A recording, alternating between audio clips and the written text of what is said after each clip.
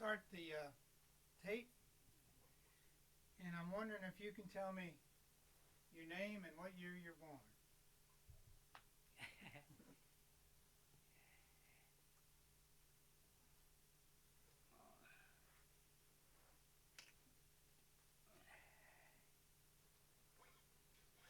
You want me to tell you my name and my age and where I was born? My name is Walter Samples. I was born February the 20th, 1915, and Where were you born? huh? Where were you born? Strange Creek. I was born in Strange Creek, and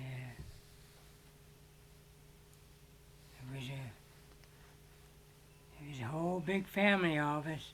We had we grew up the hard way, but we had a good way. You didn't have nothing back then, but you but it's something to eat and wear is all you cared about. There wasn't no Santa Claus back in, of course, back in the cities. We lived back on a mountain worse than this, but and dug her living out of the hills. Like I told somebody, I said I worked ever since I was 3 years old. Everybody had to help one another. We all worked. And I'd go out and carry in the kiln wood for the cooking stove. It was little, and it got a little bit bigger. I'd go out and carry in the stove wood for the cooking stove. It got a little bigger. I'd have to go out and have to cut the wood. And they sent me to school, and the teacher asked me what my name was, and I said, "Get wood, get wood." "No, your real name?" I said, "That's all I ever remember what they called me."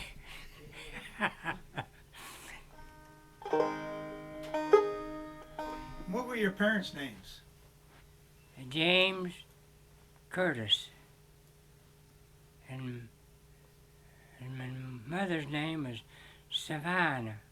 Savannah. My dad was born in 1876, and my mother was born in 1881. But I lost my mother in a short time. I was only about 3 years old. But I can remember seeing my mother, and remember back better again today, things that we had to do. And Do you remember your grandparents on your father's side? yes, Ransom.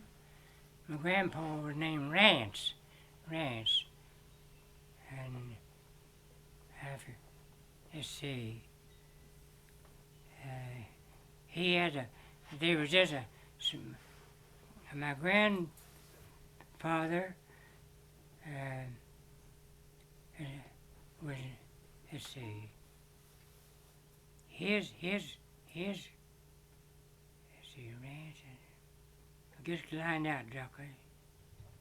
Uh, uh, there was a Sam Samples and a ranch sample. That was my grandpa. And then my dad grew up. Uh, uh, he was a cousin to Sam. But they had all a hard way of going, but they lived.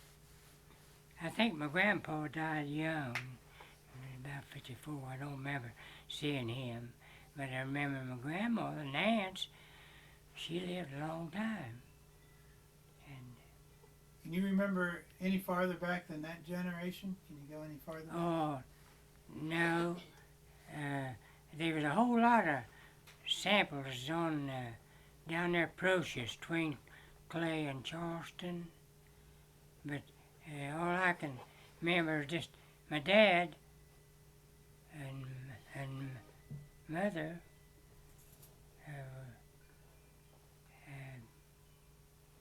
was he was a brother. There was a Jess Samples, but he was Sam Samples' son, and that made my grandpa and his grandpa made them. They was second cousin. That's all. I don't remember any of the other Samples, but I had a book. It went back 200 years ago. Told about the Samples, how before they ever had a railroad up Strange Creek, and what they do, there wasn't no road, and what they would cut logs, and big logs, and haul them out to the riverbank and raft them together, and they'd ride them log raft clear to Charleston. And then it's about 80 miles. Have to walk back. Some would. They had a place about middle ways. They could stop over and rest, but some would just tough it on. And they'd sell the logs. Huh? They'd sell the logs when they got to Charleston. Yeah, that's how they. And then they'd bring a load of groceries back up in a boat. So that's how they had to do them before they got to the railroad. They had a canoe. They run the river, but they had to wait till a flood come to so them logs shove them in the water. Boy, that'd be a dangerous thing right down. Wouldn't that be awful? Yeah. You mentioned a canoe. Is that a dugout canoe? Or do you know? Oh.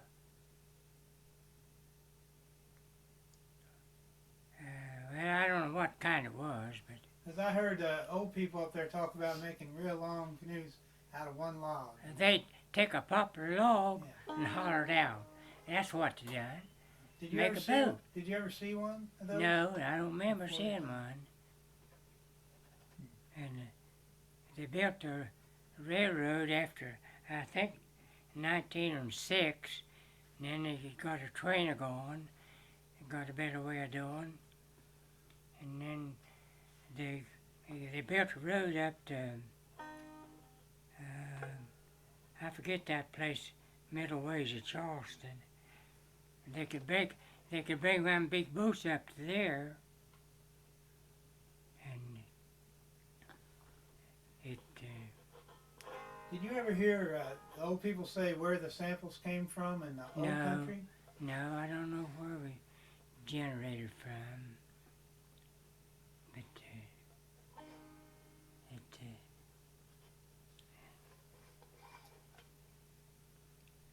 there was nine in my family, and my two sisters, Jerry's mother and my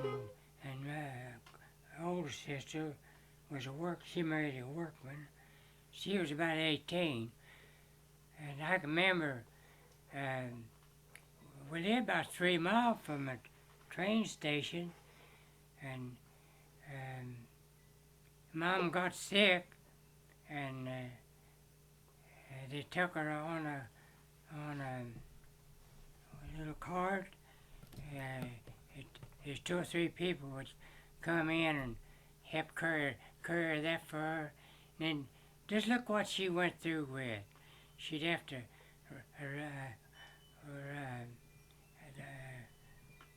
and I don't know how long it took to get the train. Just had to, but they didn't have no operations hospital back in, and they called it.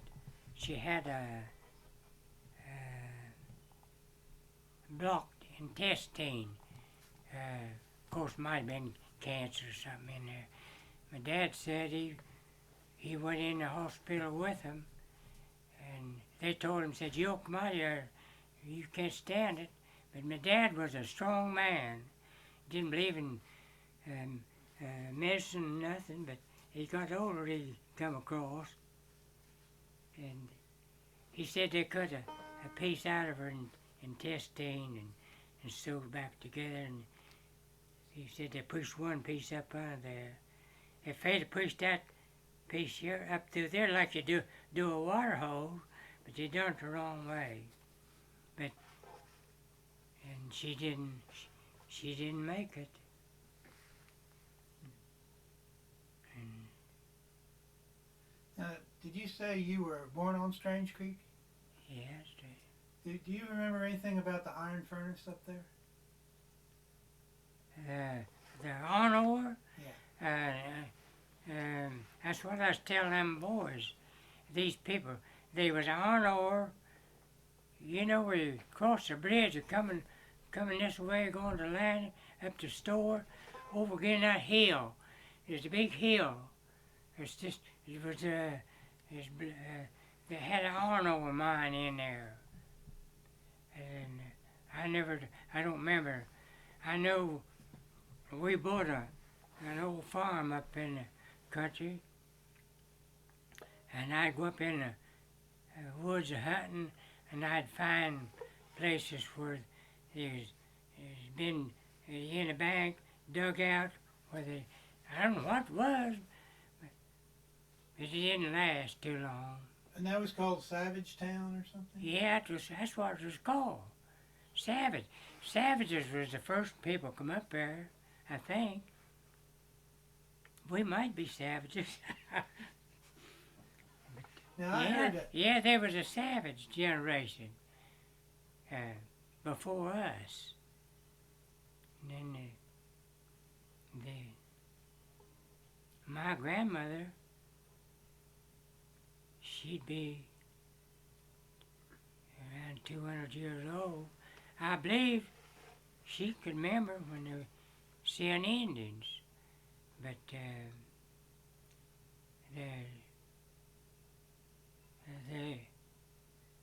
I seen in the paper where the Indians is the people. This was their country, the Indians, and they raised buffaloes for the meat and stuff. And I seen in the paper where they're raising them now, and they're going to try to get back like it used to be, bring them back. See this, they whooped the Indians out and took over. It was said that the people used to, from other countries, I don't know, they would get in boats and try to find different countries and all that stuff. And they said one guy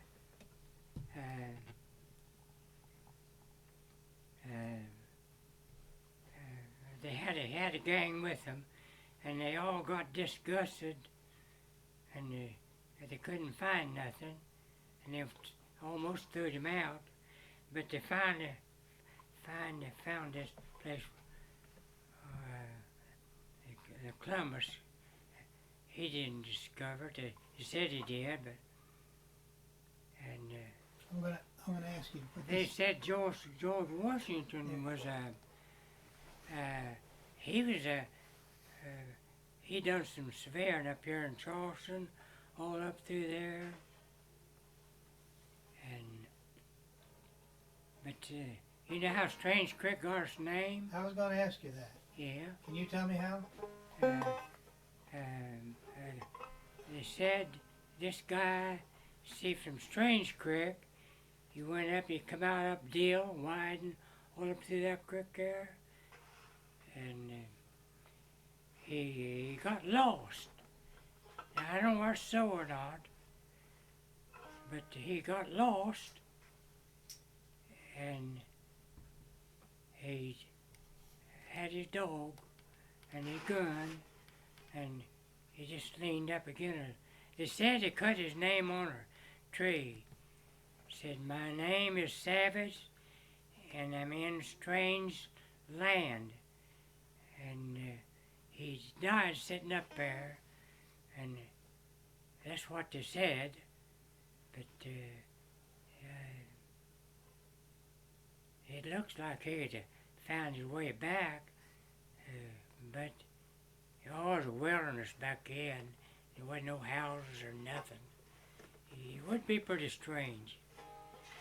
You told about your grandparents and stuff. Did any of them play music? Well, my grandpa played the banjo, and my dad played the banjo a little. He could play a fiddle, and that's where the old banjo come from. Now, what was your dad's favorite tune? I don't know, Cooper's Creek, I reckon. That's an old tune. It's been ever since I can remember. And back where I was raised, there wasn't nothing but coal mines and timber jobs. My dad, he wouldn't like going out working with R and getting paid with R. Wasn't nothing like that going. He was either a coal miner or a timberman or a farmer. After I got older and got to working in the mines, got crippled up 2 or 3 times, get hurt, and in the 40s, after we got married, times got to getting better, and I worked as a cutting right away for a power company in the 40s when Kenny was a baby, 30 cents an hour. And then after I got married, I got on a big river bottom. All I could do good at farming, raised and had good luck with animals and stuff. And I got a job on a sawmill in the 40s too. Walked 4 miles a day and cut and that's when they first got they used to have steam boilers, but they got this big diesel, and the guy brought us some big timber, and I was on the tail end, they had rollers when the ties come through, they come out on a roller carriage, and many days they cut 150 ties a day, and I had to handle them ties, and then there was a wartime, we even cut gun stocks. Oh, that was a want of timber. They'd cut about 3 or 4 inches, just slab a tree, leave a bark on it. And you had to work, you didn't get paid till they cut the timber and sold the ties.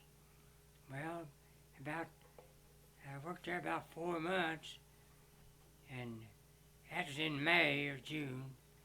And along about Christmas time, I lived on this side of the river, and the state road was on that side.